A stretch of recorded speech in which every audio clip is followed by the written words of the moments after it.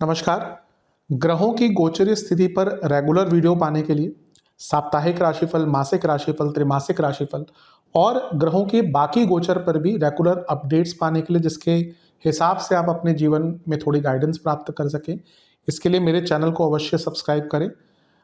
जिन लोगों ने सब्सक्राइब कर रखा है वो ऑल ये जो नोटिफिकेशन सेटिंग होती है इसको क्लिक करें, क्योंकि कभी कभी कुछ लोग बोलते हैं उनको नोटिफिकेशन नहीं मिलती। आशा करता हूँ चैनल को सब्सक्राइब करेंगे और रेगुलर वीडियोस अवश्य आप देखेंगे। नमस्कार। ओम गणेशाय नमः। ओम नमः शिवाय। मैं निखिल ज्योतिष आचार्य आप सभी का मेरे चैनल पर पुनः स्वागत करता हूँ। आशा करता हूँ कि आप सभी स्वस्थ होंगे। महादेव की कृपा आप सभी पर सदैव बनी रहे। ये वीडियो टॉरस यानी कि वृषभ के लिए बहुत विशेष है, क्योंकि वीडियो है 27 अप्रैल से 3 मई 2026 के साप्ताहिक राशिफल के बारे में। कैसा रहेगा आने वाला सप्ताह वृषभ के लिए। जो मेरा साप्ताहिक राशिफल होता है वो प्रमुखतः चंद्रमा और उनकी गति पर आधारित होता है। चंद्रमा एक बहुत विशेष ग्रह है। चंद्रमा की विशेषताएं बहुत हैं, लेकिन जब हम साप्ताहिक राशिफल की चर्चा करते हैं तो पहला तो उनकी तेज़ गति, फिर उनका मन का कारक होना और फिर उनकी एक क्वालिटी कि वह जिस भी भाव, राशि, ग्रह आदि के साथ संबंध संपर्क साधते हैं अपने गोचर में, उनको बहुत ही एक्टिवेट कर देते हैं। इन सभी कारणों से चंद्रमा का जो गोचर होता है वो बहुत विशेष बन जाता है। चंद्रमा के गोचर के कारण हमारे मन, मस्तिष्क, विचार, स्वभाव, सोचने के तौर तरीके, दृष्टिकोण, हर चीज़ पर डायरेक्ट इम्पैक्ट पड़ता है और उसको समझने के लिए साप्ताहिक राशिफल बहुत विशेष होता है। इस अंधकारमय जीवन में ज्योतिष एक मात्र विद्या है जो हमें थोड़ा सा सहारा देती है, गाइड करती है। भले ही राशिफल बहुत सामान्य आधार पर दिए जाएं, लेकिन एक जनरल गाइडेंस के लिए बहुत उपयोगी होते हैं। यदि आपकी लग्न राशि या चंद्र राशि वृषभ है, दोनों ही गाइडेंस के लिए इस राशिफल को देख सकते हैं। जहाँ से सूट और रिलेट आपको ज़्यादा करता है वहाँ से देखिए। व्यक्तिगत तौर पे मेरा मानना है लग्न से देखेंगे तो अच्छा है। इनकेस नहीं पता है आपको अपनी लग्न राशि, तो आप अपनी चंद्र राशि से भी इसको देख सकते हैं। शुरू करते हैं अत्यंत महत्वपूर्ण राशिफल का। चंद्रमा आपके पंचम भाव यानी कि कन्या में आ जाएंगे 27 अप्रैल को रात के 11:30 के आसपास, और 30 अप्रैल दिन के 2 बजे के आसपास तक चंद्रमा यहीं पर रहेंगे। पंचम के चंद्रमा यूँ तो अच्छा ही रिजल्ट देते हैं। उपजय घर के स्वामी त्रिकोण में बैठे हैं, यानी कि जो आप प्लान कर रहे हैं उसको एग्जीक्यूट कर पाएंगे, बहुत अच्छी चीज़ है। शनि का प्रभाव है, मंगल का प्रभाव है और बुध का प्रभाव, ये सारे ही ग्रह दृष्टि डाल रहे हैं चंद्रमा पर। शनि योग कारक हैं और चंद्रमा काम त्रिकोण और उपचय भाव के स्वामी हैं। ये साफ बता रहा है कि अटके हुए काम हफ्ते के शुरुआती भाग से ही बनेंगे। मंगल आपके सप्तमेश हैं और चंद्रमा त्रियेश हैं, और ये लाभ स्थान में बैठकर देख रहे हैं। 3, 7, 11 का मिलन, यानी कि इच्छाओं की पूर्ति भी हो सकती है। कोई बड़ी इच्छा, कोई महत्वपूर्ण इच्छा पूरी हो सकती है।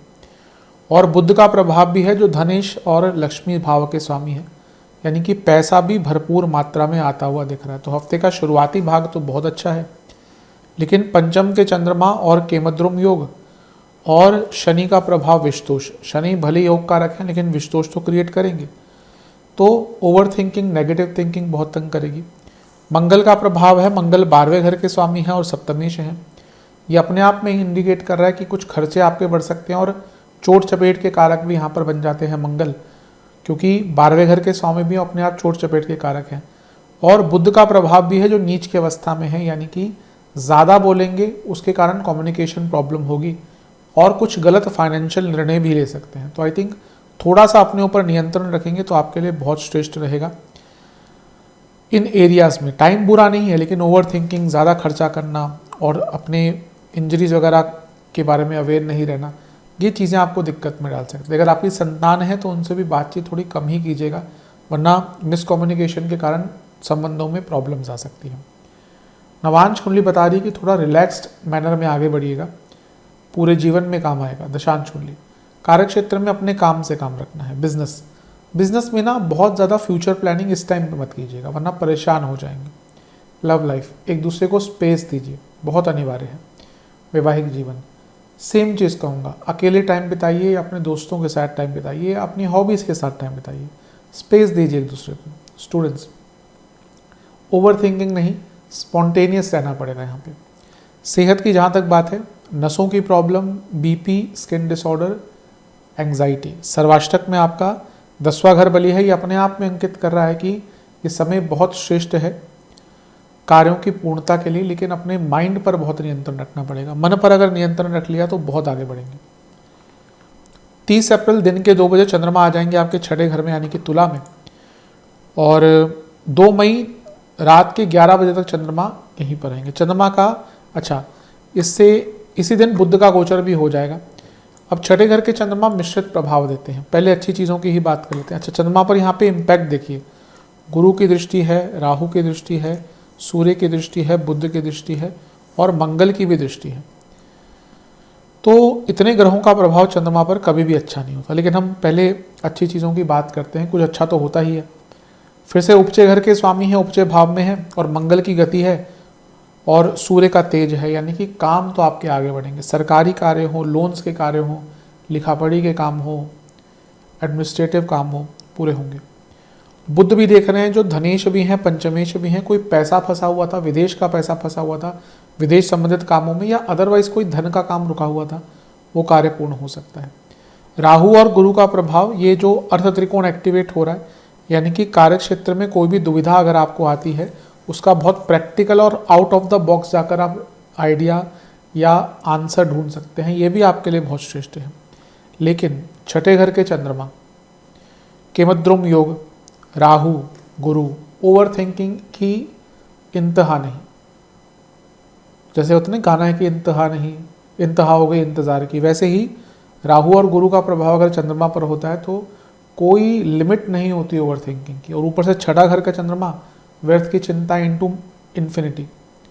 ऊपर से सूर्य का तेज है यानी कि पूर्णिमा योग है, चंद्रमा और सेंसिटिव हो गए। ऊपर से बुध का प्रभाव कन्फ्यूजन और मंगल का प्रभाव फ्रस्ट्रेशन और एंगर। तो ये जो टाइम है ना, जितना आपने अपने एंगर, एंग्जाइटी, ओवर थिंकिंग, व्यर्थ की चिंताओं पर कंट्रोल कर लिया, उतना आपके लिए अच्छा रहेगा। लेकिन अदरवाइज नहीं कर पाए तो ये जो इतनी प्रोडक्टिव चीज़ें दिख रही है ना, कुछ नहीं कर पाएंगे। नवांश कुंडली बता रही है कि अपने आप को अंदर से जानने का समय है, आंतरिक रूप से शांत रहने का टाइम है। दशांश कुंडली, कार्य क्षेत्र में थोड़े होपफुल रहिएगा, नेगेटिव फीलिंग मत रखिएगा। बिजनेस में कोई बहुत रिस्की चीज़ अगर मिलती है, रिस्की काम मिलता है तो उसको एक्सेप्ट मत कीजिएगा। जहाँ तक लव लाइफ की बात है, थोड़ा सकारात्मक अप्रोच रखिए, उसकी आवश्यकता दिख रही है। वैवाहिक जीवन में तो एक ही चीज़ कहूँगा कि ट्रस्ट इश्यूज हो सकते हैं। स्टूडेंट्स, थोड़ा अपने आप से कम एक्सपेक्टेशन रखिए। अभी लगता है कि बहुत एक्सपेक्टेशन रखते हैं, यहीं पे परेशानी आ जाती है। सेहत के हिसाब से एंग्जाइटी, पेट की प्रॉब्लम, हड्डियों की प्रॉब्लम, स्किन डिसऑर्डर। सर्वाष्टक में आपका भाग्यस्थान बली है, थोड़ी साधना आदि करें तो उससे चंद्रमा की जो अनिश्चितता है उसमें कमी अवश्य आएगी। 2 मई रात के 11 बजे चंद्रमा आ जाएंगे आपके 7वें घर में यानी कि वृश्चिक में, और सप्ताह के अंत तक यहीं पर रहेंगे। चंद्रमा का 7वें घर में आना न्यूट्रल ही होता है। काम त्रिकोण के स्वामी हैं, काम त्रिकोण में बैठे हैं। ये हफ्ता कुछ इच्छाएं आपकी पूरी होती हुई दिख रही हैं। शुक्र का प्रभाव है और शुक्र लग्नेश है, तो ये अपने आप में सौभाग्य लक्ष्मी, धन लक्ष्मी योग इसको कई जगह पे कहा गया है। बिजनेस में आपका कोई पैसे का काम अटक रहा था वो पूर्ण हो सकता है। थोड़ी बहुत रिकॉग्निशन भी मिल सकती है, लेकिन क्योंकि चंद्रमा नीच के हैं तो लोग चिढ़ेंगे इस टाइम पे बहुत आपसे, यानी कि जलन की भावना बहुत रखेंगे।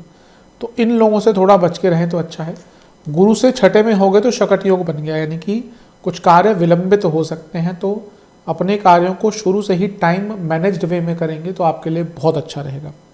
शुक्र जो है वो 6ठे घर के स्वामी भी हैं, इसलिए थोड़ा फ्रस्ट्रेशन तो रहेगा। ये हफ्ता अगर ऐसा मैं कहूँ कि आप अपने फ्रस्ट्रेशन पर अगर एक लिमिट लगा लेना या अपने फ्रस्ट्रेशन पर थोड़ा नियंत्रण कर ले तो आपके लिए बहुत अच्छा रहेगा। लेकिन जहाँ आपकी फ्रस्ट्रेशन पे आपका कोई नियंत्रण नहीं रहा, वहीं आपके लिए चीज़ें बहुत डामाडोल, बहुत ख़राब हो सकती हैं।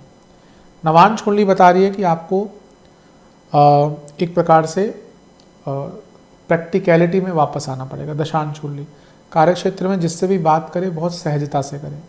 जहाँ तक बिजनेस की बात है, कुछ पॉजिटिव न्यूज़ आती हुई दिख रही है। लव लाइफ में तो मैं एक ही चीज़ कहूँगा कि एक इनोसेंस की कमी है, वो इनोसेंस वापस लाने की कोशिश कीजिएगा। वैवाहिक जीवन, अवेयरनेस, एक दूसरे के बारे में ना अवेयरनेस बढ़ाइए, जानिए कि उनके बीच में, उनके जीवन में क्या प्रॉब्लम चल रही है। स्टूडेंट्स, मेरे हिसाब से आप बहुत रुक गए हैं, स्टैग्नेट हो चुके हैं। प्लानिंग अलग चीज़ है, लेकिन उस पर कोई भी काम नहीं करना व्यर्थ है। आप दुनिया भर की प्लानिंग कर लीजिए, प्लानिंग में तो आप दुनिया के सबसे अमीर व्यक्ति बन सकते हैं, पर अगर उसका एग्जीक्यूशन नहीं है तो कोई फ़ायदा नहीं। तो थोड़ा सा प्लानिंग और एग्जीक्यूशन की जो एक सिंक्रोनाइजेशन होती है ना, उस पर ध्यान दें। सेहत की जहाँ तक बात है, जिनको हार्मोनल प्रॉब्लम है, डायबिटीज़ के इश्यूज़ हैं, या कोई गॉल ब्लैडर लिवर की प्रॉब्लम है, या फिर कोई ब्लड डिसऑर्डर्स है, उनकी परेशानी पड़ेगी। सर्वाष्टक में आपका अष्टम भाव बली है। पैसा अचानक से आ सकता है, लेकिन किसी पर भी भरोसा इस महीने, इस हफ्ते के भाग में ना करें। उपाय के स्वरूप में लक्ष्मी चालीसा का 2 बार पाठ करें, दुर्गा जी की 1 बार आरती करें। आशा करता हूँ वीडियो काम आएगा। चैनल को नए सब्सक्राइब कीजिए, वीडियो को लाइक कीजिए। मिलता हूँ अगली वीडियो में, तब तक के लिए ओम नमः शिवाय।